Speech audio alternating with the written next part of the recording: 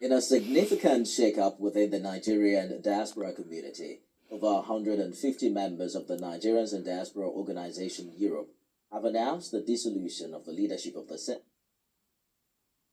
by Bashiru Basikola. With more than 95% of attendees voted in favor, a vote of no confidence was passed on both the Central Executive Council and the Electoral Committee. Both were dissolved over long-standing concerns over alleged mismanagement, constitutional breaches, and financial accountability lapses. Following the dissolution, the General Assembly unanimously appointed a 7-member caretaker committee with the responsibility to oversee the operations of NIDO and conduct a transparent election within 12 months. However, in a swift reaction, the legal advisor of NIDO, Sola Atuaye, declared with no legal effects.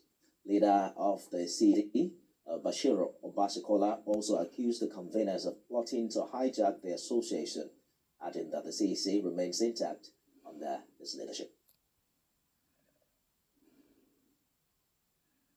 From all this development, I'm joined by a member of the Nigeria Diaspora Community in Europe, Project and Media Committee, Peter Omoragbo. So, Omoragbo, thank you for joining us on the program this evening. Let's get some context to this development. We understand that at your most recent EGM that took place last Saturday, members passed a vote of no confidence, both on your Central Executive Council and your electoral committee charged with conducting this year's elections in Greece, and also to dissolve the two councils with immediate effect.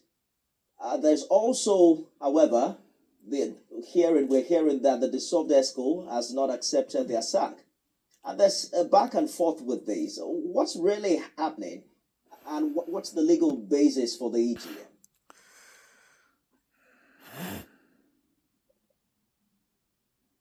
Let me just do a brief background as to what has led to where we are within the Nigerian organization in Europe. First, NIDO is a conglomerate of 23 chapters made up of the 23 countries in Europe, UK being one of them. Now, every 2 years, elections are held into the Central Executive Council of NIDO. Each chapter is allowed 2 nominees to contest for any position within the CEC. Now, this year's election, 5 members of NIDO UK South indicated interest to contest election into the CEC. Now, the leadership of NIDO UK South, in collusion with members of the old executive, people who have held positions in NIDO, conspired to favor one candidate, known as one Honorable Chibuzo. Now, we in NIDO UK South felt as much as the leadership have their right to choose who they want, members have their right to also exercise their franchise to decide who represents us in NIDO Europe. And they were requested for a primary for all the 5 candidates. But the executive of NIDO UK South refused. Instead, they imposed Chibuzo and another candidate, Musa, on us from NIDO Europe.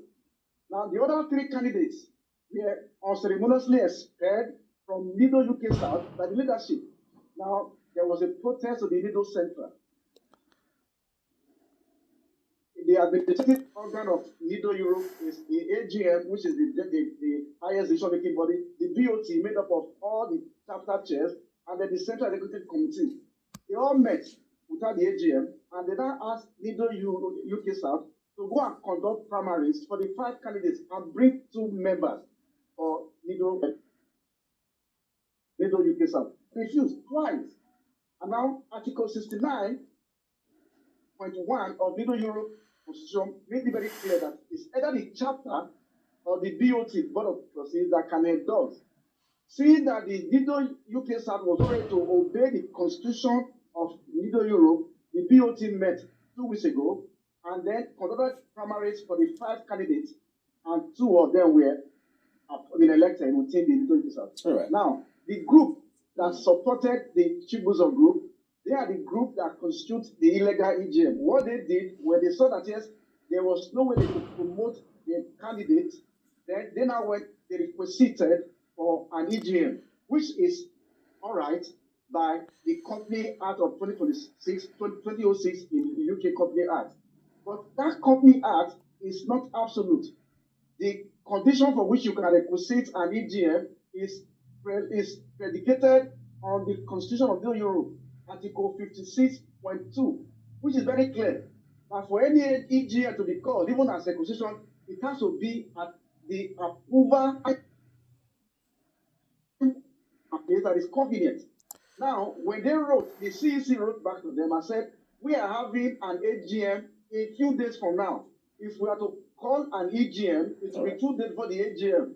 In any case, they refuse. I hear you clearly, Mr. Omoragbo. Allow me to jump in quickly and advert what you say against what they say, right? But what relationship exists between NIDO and the Nigerian Diaspora Commission here in Nigeria? What do you consider the way forward, if you can do that in just a minute? You mean the relationship between the NIDCOM and the Nigerians, the diaspora? Exactly. No, the relationship is still very cordial. The NIDCOM recognizes the existence of a legal body headed by Dr. Bashikola. Does NIDO answer to NIDCOM? Sorry? Does your organization, NIDO Europe, does it answer to NIDCOM? Yes. No, we do not answer to NIDCOM. We are independent. Oh, we work, we are not independent. We work with the Nigerian government just to support overland development. So NIDCOM does not control the affairs of NIDO Europe. We are an independent body. So now, what do you consider the way forward? If you can do that in like 30 seconds, we have to go now. Forward. What do you consider the way forward here? Okay, fine. Now, the issue is this. The requisitionists that had the EGM was illegal because, number one, if they are relying on the Company Act 2024-2006, the Company Act at Section 3032 made it very clear that before you can requisite, you must be of financial standing. All right. All the members that requested for it, they are not in good financial standing because they are not members, they have not paid their dues within the last 2 years. 6.2 made it clear that if you requisite, it is the Board of Trustees and the CEC that must give approval. Right. If this is lacking at that Section 306 of the Company Act, now gives the Secretary the power to go to court to compel the CEC. So the requisitionists do not have the absolute power to call an EGM. Call an EGM, it is a court that must compel the CEC to do it. But what they've done is illegal. And so anybody dealing with them in Nigeria, outside of Nigeria, is at their own risk. Because good place. Of this month, good place to leave it. Our AGM. Mr. Omoragbo, good place to leave it. Yes. We're also going to make an attempt to hear from the other side, just to get a balanced opinion on this story. Peter Omoragbo is a member, NIDCO Europe, Project and Media Committee. Thank you for talking to us on the news tonight. Okay, thank you very much. I think it would be fair if we can have both parties. If you can have two of us together on the platform, then we can confront ourselves with the facts and the position.